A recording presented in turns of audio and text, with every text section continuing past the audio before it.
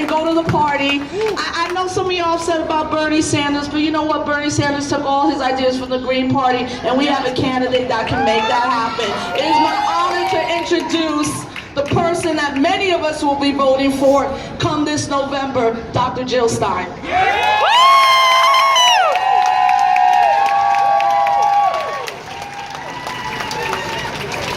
Thank you. Thank you so much. It is an honor. It is such an honor to be here. It's an honor to be following in the footsteps of Rosa Clemente and her daughter, who are charting the course for all of us. And Rosa and Cynthia raised the bar for all of us, especially those who are running for office, to really stand up for what it is that we the people need, what we the people deserve, and what we the people will get. We will not take no for an answer.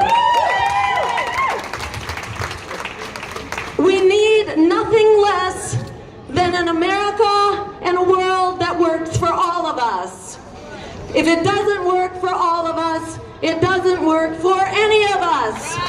We are on one small boat here, and in this last week, we have seen so up close and personal what it means to have a world under the stranglehold of racism and violence and white supremacy. That is what we saw playing out here in this last week.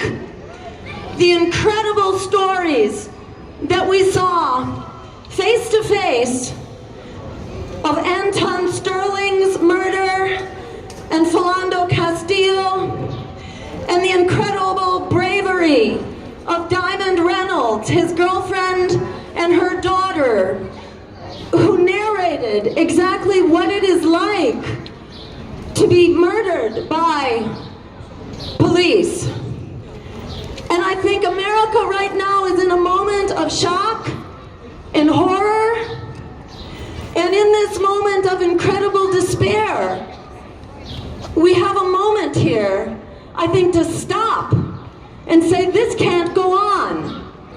Because it was not only them, it was the long line that Rosa named some of those names. Everyone from Freddie Gray and Michael Brown and Tamir Rice and Ramarley Graham and Eric Garner and Walter Scott.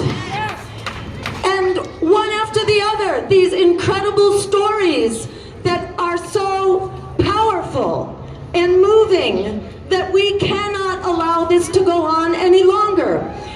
And what we saw in Dallas is that there is blowback from the violence of racism that will engulf us all. No one is safe. While Black lives are endangered, everyone is endangered. We must ensure Black lives matter.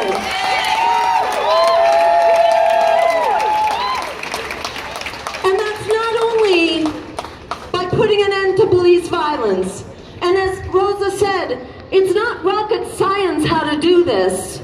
There are things we can do right now. So let me just say a quick word about that, so we don't suffer from this illusion that we can't fix this. Instead of having police control our communities, communities need to control our police.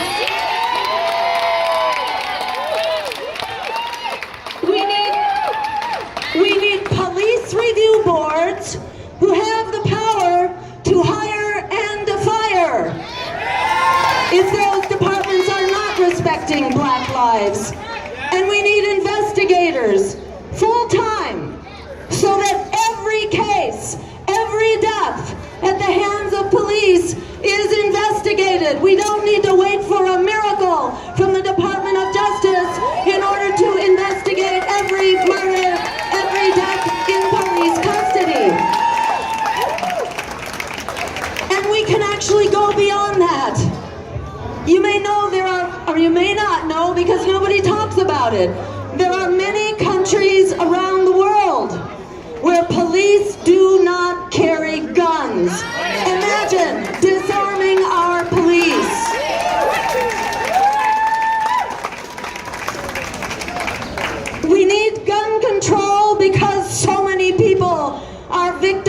of that crossfire. But that gun control is not just for everyday people in the neighborhoods. We must apply gun control to the police forces that are occupying our neighborhoods as well.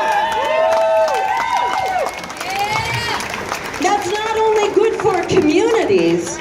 It turns out that the police are actually much safer when they are not carrying guns, because so much of the death and the bloodshed is a result of fear.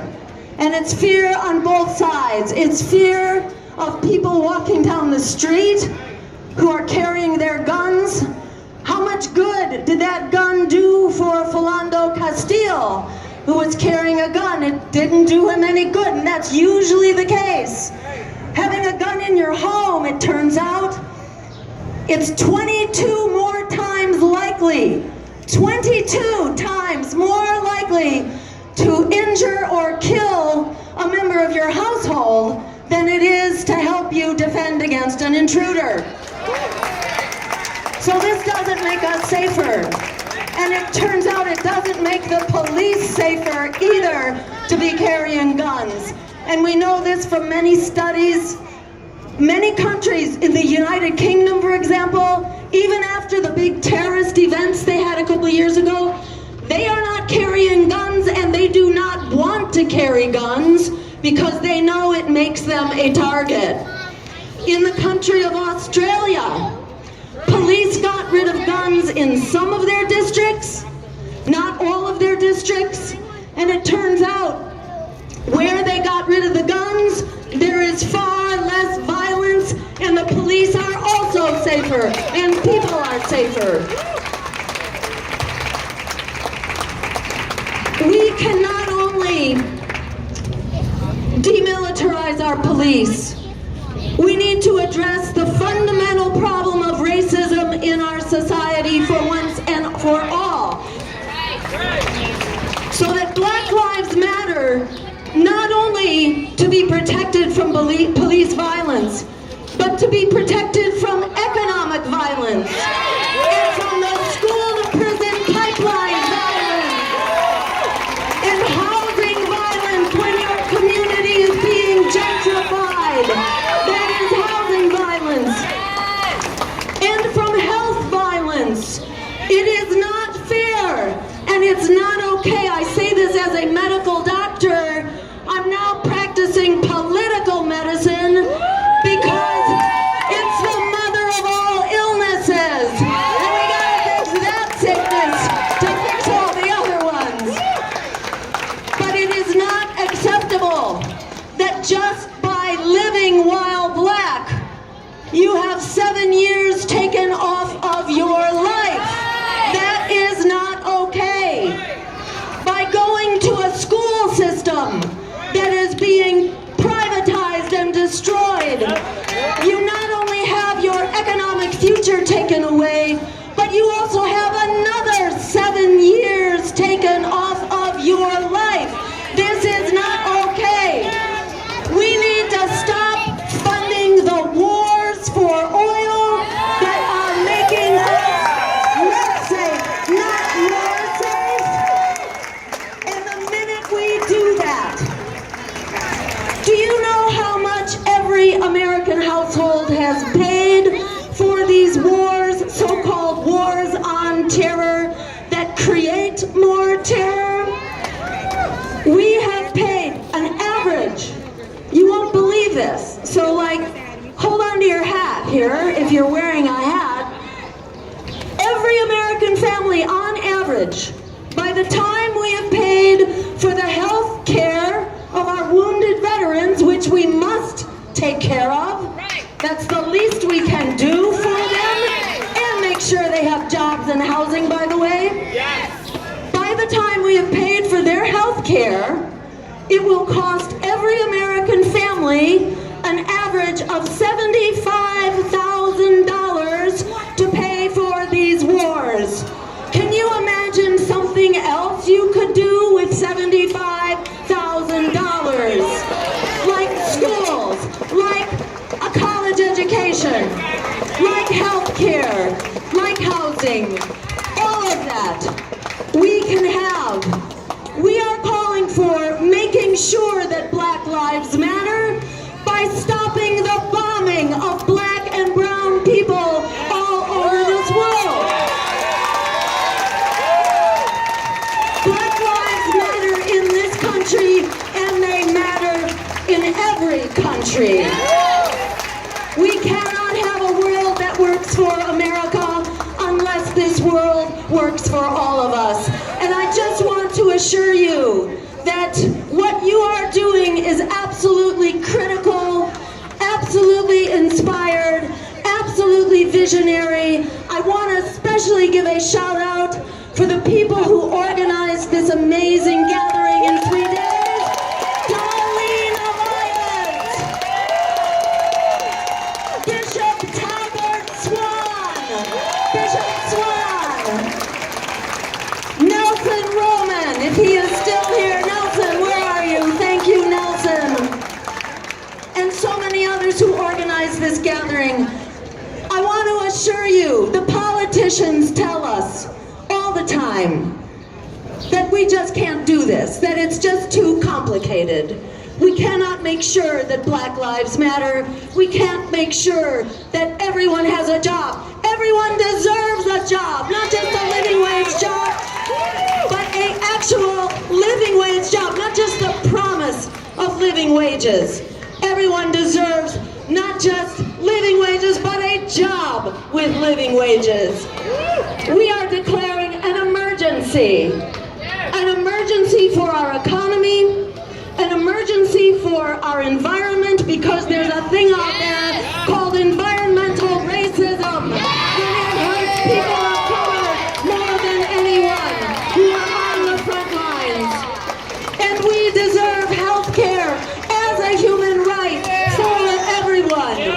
And we deserve higher education, which is free, zero cost. And we deserve a bailout for all those people who are still carrying student debt. We bailed out the friggin' bankers. If we bailed out the bankers who crashed the economy, it's time to bail out the young people who are the victims of that economy. I want to just assure you, we can do this. We can have an America and a world that works for all of us. We have the power. Don't let them for a minute tell you we don't. As Alice Walker said, the biggest way people give up power is by not knowing we have it to start with. We have it. We're going to use it. The number of young people who are holding student debt, that is 43 million people. That alone is enough to win a presidential election. That is a three-way race. So by getting that word out to everyone who's holding student debt, we can be assured that we can cancel that debt.